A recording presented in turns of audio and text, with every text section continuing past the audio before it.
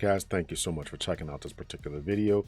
I really appreciate it. This one is going to be kind of a silly one today because I like this kind of stuff, right? So I am going to be reviewing or giving my review.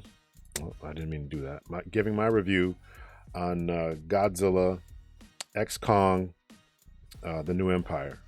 So I really, so let's just dig into it, right? I know a lot of people have been kind of bugging out about it. Well, first of all, I like this kind of stuff, right? So I'm into kaiju movies. I'm into, Transformers. I'm into a lot of different things. Man, I didn't even have that on there. I'm into a lot of different things. So I appreciate this kind of stuff, right? It may seem silly to some people, but hey, I like it. So let's just start off with the storyline. I thought the storyline was decent, but I thought that it was lacking as far as depth and scope. Now, I'm not looking for Shakespeare here. I get it. These are silly movies for those of us who like this type of thing, but you still ought to be able to bring something to the table. And this is why the Rotten Tomato score, I think, was so low. Well, forget them, whatever. Who cares what they think? Yeah, I get that. But at the same time, you want to still give something that is semi-plausible. I mean, it's certainly not plausible, hopefully, that there's giant monsters living under the earth and all that kind of stuff. But at the same time, you want to give something that's at least, we can, that is gripping and compelling. And yeah, we get this and all that. So I thought that the storyline was good, was okay, but I thought it was rushed. I'll give you an example of what I mean by rushed. There's the scene that I watched a lot of these prequel videos by these different YouTubers who were putting stuff out, and they had the scene with Gia and Kong after he got his butt handed to him. And of course, this is going to contain spoilers, so if you watch this, then you understand. So after Kong loses to Shimu, because he beats, if you watch this already, he beats Scar King 1-on-1, 1v1. He takes him out, right? Scar King then calls for some help from Shimu. Shimu being the frost giant monster, sort of Godzilla-ish looking. And then Shimu comes in and frosts his arm up and all that kind of stuff. And he loses that, and then he runs away. He and the new baby Kong, then they run away. And he passes out, and so after he passes out, he comes to, and then he's communicating however he does it with Gia. It's never really explained whether it's telepathy or sometimes they do sign language and all that kind of stuff, but whatever. Again, it's a silly movie. I get it. So they're communicating, and then after his arm is busted up, as I mentioned, and so that after that. Trapper goes and gets the help, the aid, the super bionic arm there, the Thanos gauntlet, puts it on, and it's a good fit, and he's ready to get back in action. But then Gia says to him, during the communication times, she signs to him, "You need to go get help." And I was expecting more. When I'm watching these different video clips and stuff on YouTube and whatever, I'm expecting that there'll be a little bit of banter. I was expecting, okay, someone tells me you need help. Okay, well, where's help? I mean, who's going to help me, right? All these apes are on Scar King's side. Who's going to help me? And then she should have told him, go get Godzilla. And he should have said, are you crazy? Right? What are you talking about, right? The enemy is my friend. Last time, don't you know we fought? We had a big war. Our ancestors had a big war. What are you talking about, right? So it should have been a little bit more banter back and forth rather than him just, yeah, okay, let me just go get Godzilla, the guy who tried to kill me last time I saw him. That was kind of like, what is this nonsense?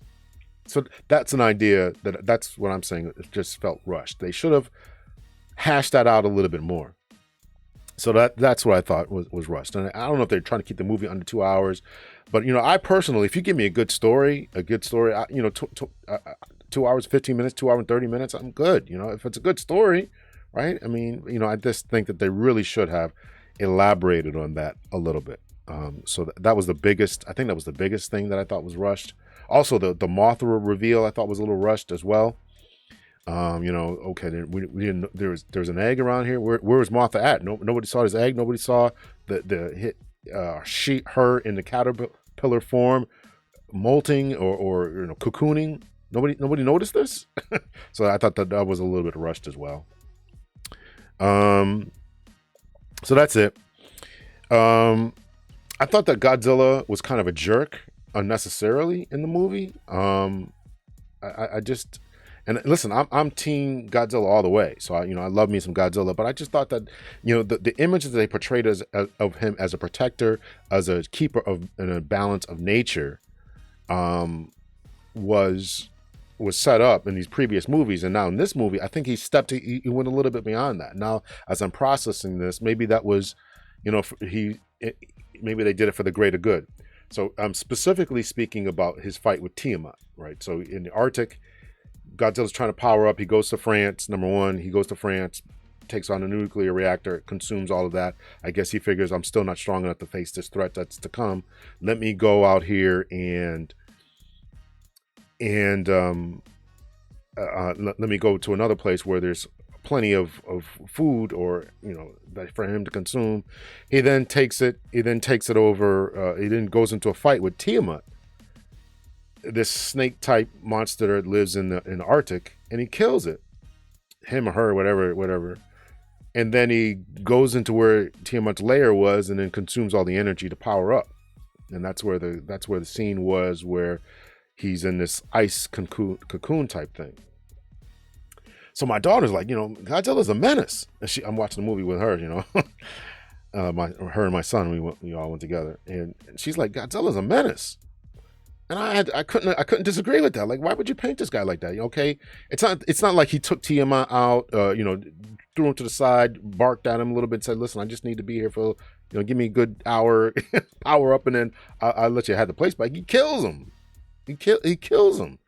So maybe as I'm processing this now, I'm thinking about it, maybe it was just like listen, this is for the greater good, and I need this place, and if you ain't with the program, you got to die. I don't know. But I just thought that they really could have done that a little bit better, because we want to look at Godzilla as the good guy, at least I do anyway. And they didn't paint that particular scene. Did not paint him as the good guy. So I did not appreciate that. I did not appreciate that. And then it was never really clear. Godzilla's gearing up, but he's gearing up. He's gearing up because the Iwi people, or the descendants of the Iwi people, or whatever they were called, I can't remember offhand who they were. They were calling for help. Godzilla is recognizing this call for help, so therefore his need to power up. And then he goes through all that I just mentioned.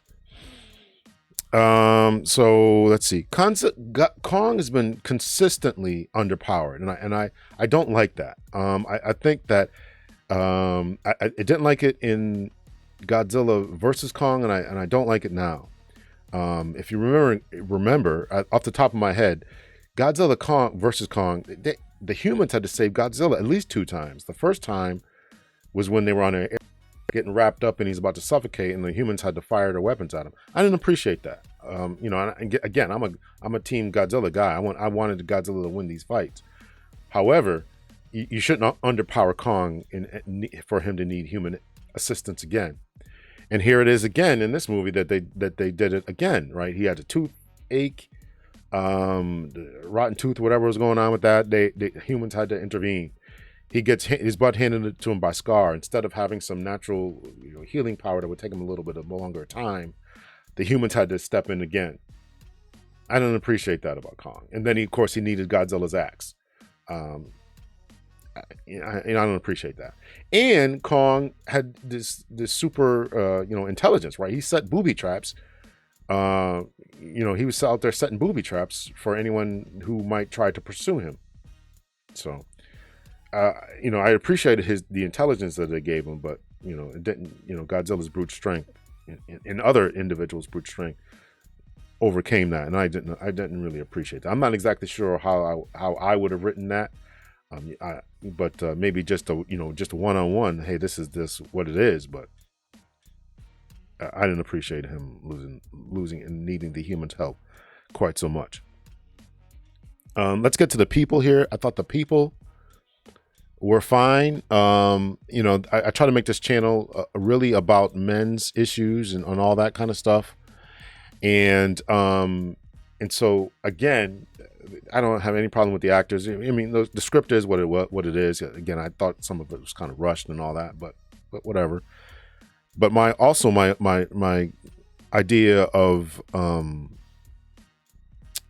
the masculinity that is continually being under assault in these movies, in recent movies, masculinity is continuing to be under assault in these movies.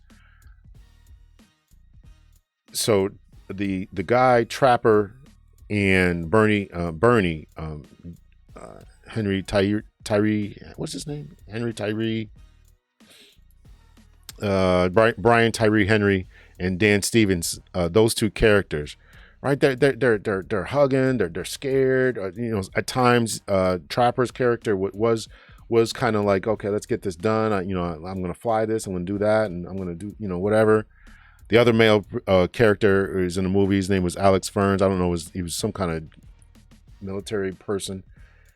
He ended up dying. Okay, somebody's got to die. And then Brian Tyree's acting scared. Bernie Hayes is in the character, and Trapper is like, okay, we're gonna get together. And at other times of fear, they're hugging. They're showing these really like non-masculine traits, and I really continue not to appreciate that in these movies. I'm not saying everybody has to be masculine all the time, and somebody's got to be a comic relief and all this kind of stuff. But it's just becoming overwhelming now and blatant now, right? And Rebecca Hall's character, Dr. Eileen Andrews, of course, she's the stoic. Let's get these things done. My daughter, and I got to protect her, and I'm going to be a protector, and she's what I say goes, and all this kind of stuff. So, I don't know. It is what it is. It is what it is, and I recognize that, but it's not lost on us. It's not lost on me, and it's not lost on a lot of people as to what this is, and this agenda that is being pushed forward. So those are the characters. Gia was good. She's doing the sign language thing and having the visions and all that. So I thought the writing, the acting, it is what it is. It was good, for what they had to do. Shout out to Screen Culture, I guess. That's where I got this video from. The video that's looping in the background. So besides that, it was a good movie. I think it's a good time. I think it was worth the move. I think it was worth going to. I enjoyed it. It's a monster movie. It was all good. What else do I got? Oh, I don't like Mothra's look. Mothra's in the movie, obviously. She's the intermediary between Kong and Godzilla are trying to kill each other, and Kong's trying to convince Godzilla to go down this rabbit hole. I mean, why would you do that? Again, this is a rushed scene. Like, what? I'm not following you down this hole, man. What are you talking about, man? I'm gonna kill you, right? So this is way Godzilla's kind of process and everything. So I would give it. Again, I don't like Mothra's look. I don't like Mothra's look. No, I don't like Mothra's look. She looks monstrous. And and let me just also give this here, right? So Godzilla, the relationship between Mothra and it was always with twins. It was always with twins. And so, why they decided to have Gia be the intermediary. Is this it? No, this is not it. That's not it. Oh, jeez.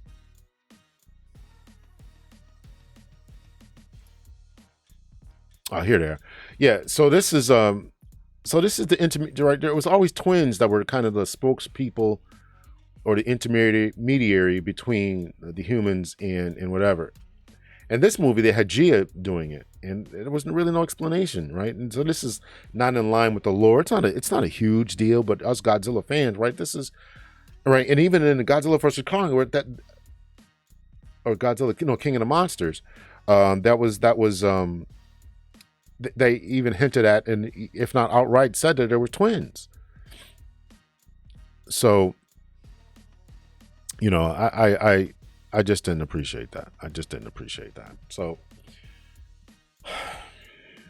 all in all, I give it an 8 out of 10. Why would I give it an 8 out of 10? Because it's a monster movie. It's not supposed to be serious. It's just supposed to be an escape from everyday real life.